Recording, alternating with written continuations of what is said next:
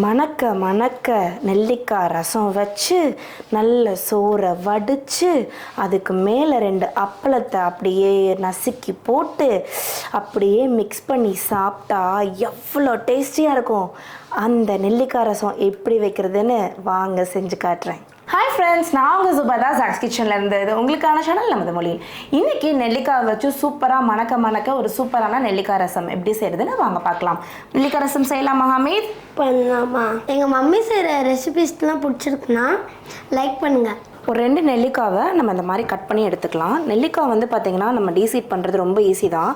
நெல்லிக்காயிலே இந்த மாதிரி நம்மளுக்கு நீளமாக கோடு இருக்கு இல்லையா, அதை வந்து ஃபஸ்ட்டு இந்த மாதிரி லைட்டாக அந்த கோட்டுக்கு மேலேயே நம்ம இந்த மாதிரி வந்து கத்தியை வச்சு இந்த மாதிரி லைட்டாக கட் பண்ணிவிட்டு அப்புறம் நீங்கள் பாருங்கள் லைட்டாக லூஸ் பண்ணோன்னா தனியாக வந்து விழுந்துடும்.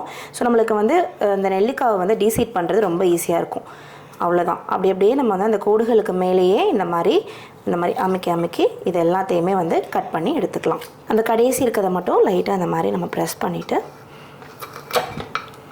இந்த மாதிரி நம்ம வந்து கட் பண்ணி எடுத்துட்டோன்னா நெல்லிக்காய் எல்லாமே வந்து இந்த மாதிரி நம்மளுக்கு டீசீட் பண்ணி சூப்பராக வந்து கிடச்சிடும்.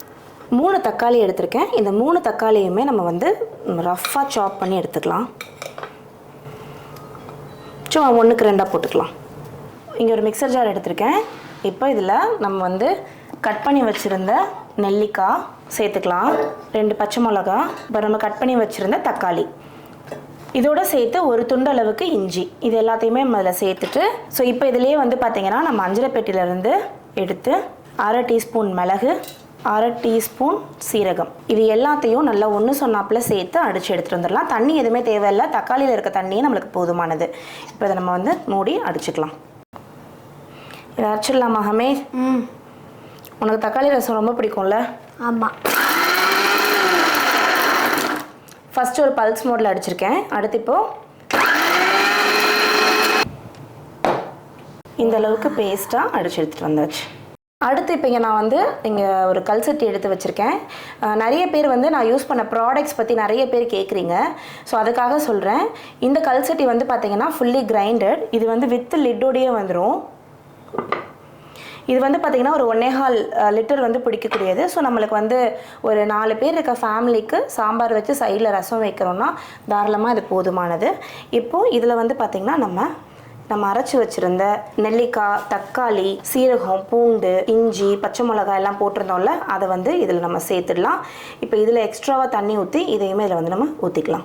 இதில் ஒரு 1/2 டீஸ்பூன் மஞ்சள் தூள், இதில் 1 டீஸ்பூன் வந்து நான் ரசப்பொடி சேர்க்குறேன். இதில் சுவைக்கு ஏற்ப உப்பு, நான் வந்து பிங்க் சால்ட்டு சேர்க்குறேன், அதனால் கொஞ்சம் அதிகமாக உங்களுக்கு தெரியும். நீங்கள் வந்து இந்த நார்மல் வெள்ளை உப்பு சேர்க்குறீங்கன்னா கொஞ்சம் கம்மியாக சேர்த்துக்கோங்க. இப்போ இது எல்லாத்தையும் நல்லா ஒன்று சொன்னாப்புல நம்ம வந்து கலந்து விட்டுக்கலாம். இப்போது இது எல்லாத்தையுமே கரைச்சி ரெடி பண்ணிட்டோம். இப்போ தான் நம்ம வந்து கல் சட்டியில் செய்யும் போது ஆன் பண்ணணும். இப்போ நம்ம ஸ்டவ் ஆன் பண்ணிக்கலாம். இப்போ ரசத்தை வந்து கொதிக்கிறதுக்கு ஏற்றியாச்சு. இது நம்மளுக்கு நல்லா கொதித்து வரட்டும். அடுத்து தாளித்து கொட்டினோன்னா மணக்க ரசம் ரெடி ஆகிடும். டேஸ்ட் பண்ணி பார்த்துடலாம் இப்போவே லைட்டாக.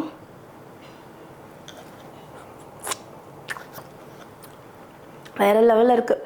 தாளிக்கவே இல்லைன்னா அவ்வளோ சூப்பராக இருக்குது. கொஞ்சம் கொதி வந்ததுக்கப்புறம் தாளிச்சிருனே காட்டுறேன். அவ்வளோதான். ரசம் பாருங்கள் நல்லா நுரக்கட்டி வர ஆரம்பிச்சிருச்சு. கல் சட்டியை பொறுத்த வரைக்கும் நுரக்கட்டும் போதே நம்ம அமர்த்திட்டோன்னா அதுக்கப்புறம் வந்து கொதிக்கிறதுக்கு சூப்பராக இருக்கும்.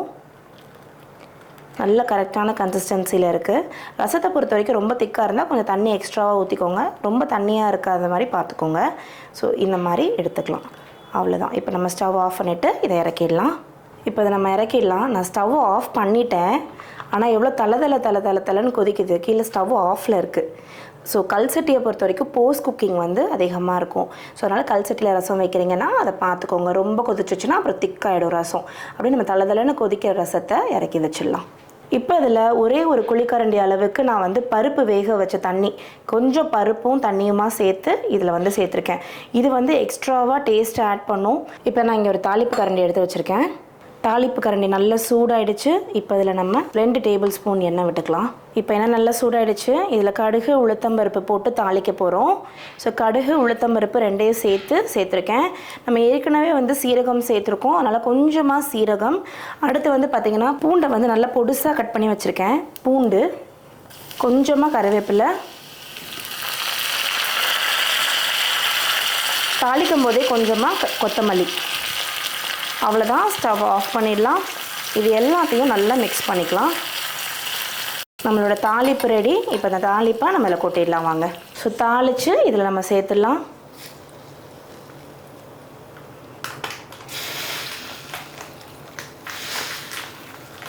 இந்த ரசம் வந்து பார்த்திங்கன்னா ரொம்ப டேஸ்டியாக இருக்கும்.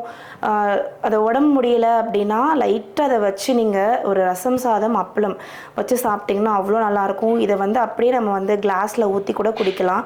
ரொம்ப டிஃப்ரெண்ட்டான ரெசிபி, ரொம்ப டேஸ்டியான ரெசிபி.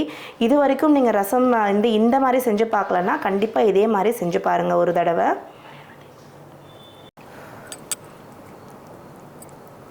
எப்படி இருக்காமே?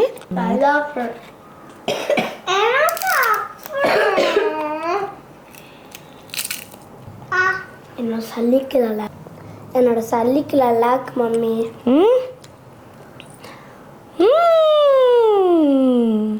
இவ்ஸாக்கு பிடிச்சிருக்கா?